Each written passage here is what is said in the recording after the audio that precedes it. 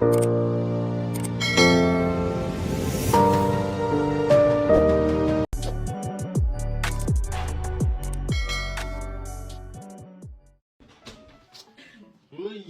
bagong ligo.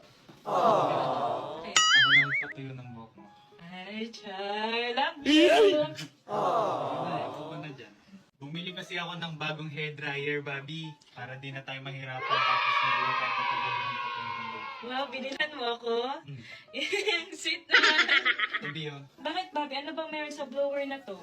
Ito kasi yung gagamitin nating blower sa'yo, Bobby. Ito, Dreamy Hair Glory High-Speed Hair Dryer.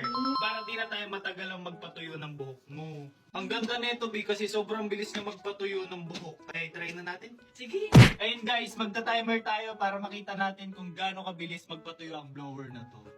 Ayan, start ko na. Ayan. Go! 2 minutes lang para matuyo ang inyong buhok at dahil mahaba ang hair ni Bobby, sa tingin ko nasa 3 to 4 minutes bago ito matuyo. Kasi na makadamage ng buhok kasi meron siyang 300 million negative ions or hair care. At smooth pa rin ang hair and moisturize. Ayan Bobby, napatuyo ko na yung buhok mo. Ayan guys, napatuyo ko na ang buhok ng aking magandang asawa in just 4 minutes. Wow, ang galing. Ganon siya kabilis guys. Wow, Bobby, grabe, ang ganda ng hair ko. Ang smooth at ang shiny niya na.